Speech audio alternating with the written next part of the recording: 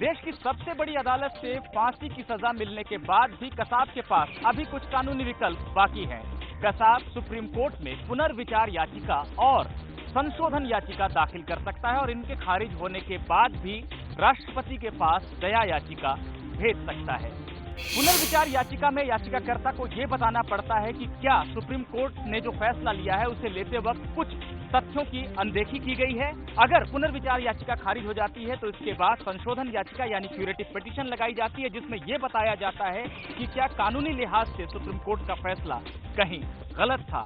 इन दोनों याचिकाओं के खारिज होने के बाद फांसी की सजा पाया शख्स राष्ट्रपति के पास दया याचिका भेज सकता है, जहां की राष्ट्रपति उस पर कैबिनेट की सलाह से विचार करते हैं। हालांकि इस दया याचिका पर निपटारे के लिए कोई समय सीमा कानून में तय नहीं की गई है। कसाब को फांसी की सजा के खिलाफ मर्सी पिटीशन करने का अधिकार है, लेकिन मुझे उम्मीद है कि दहशतगर्दी की जब कोई फांसी की अर्जी के खिलाफ अगर मर्सी पिटीशन करता है तो उसे और प्रायोरिटी डिसाइड करना चाहिए। अमित शाह को ले लीजिए, कोडानी को ले लीजिए, क्या इनमें से कोई ऐसा व्यक्ति है जो कि बिना मुख्यमंत्री की शह के, बिना मुख्यमंत्री के इजाजत के ये सब कर सकता था?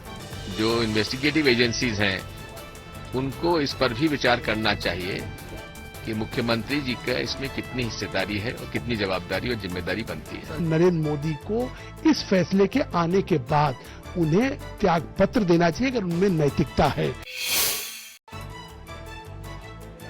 पुलिस और बीजेपी के युवा मोर्चा कार्यकर्ताओं के बीच झड़प की ये तस्वीरें चंडीगढ़ के सेक्टर 28 की हैं, जहां कोयला घोटाले के विरोध में बीजेपी युवा मोर्चा के कार्यकर्ता संसदीय कार्य मंत्री पवन बंसल के घर का घेराव करने जा रहे थे। कोयला घोटाले पर बीजेपी ने दिल्ली में भी आज प्रदर्शन किया।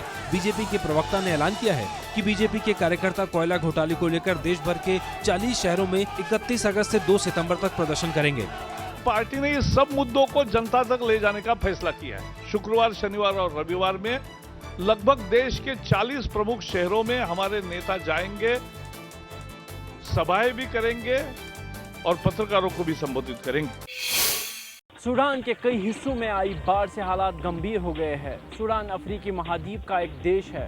भारी बारिश के चलते आई ये बाढ़ अब तक 30 से ज्यादा लोगों की जान ले चुकी है, जबकि 40,000 से ज्यादा जानवर मारे गए हैं।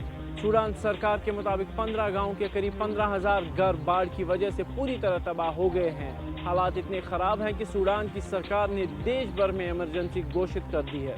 हाल ही में सूडान विभाजन की वजह से सुर्खियों में था। पिछले साल ही सूडान और दक्षिण सूडान नाम से 2 देश बने थे।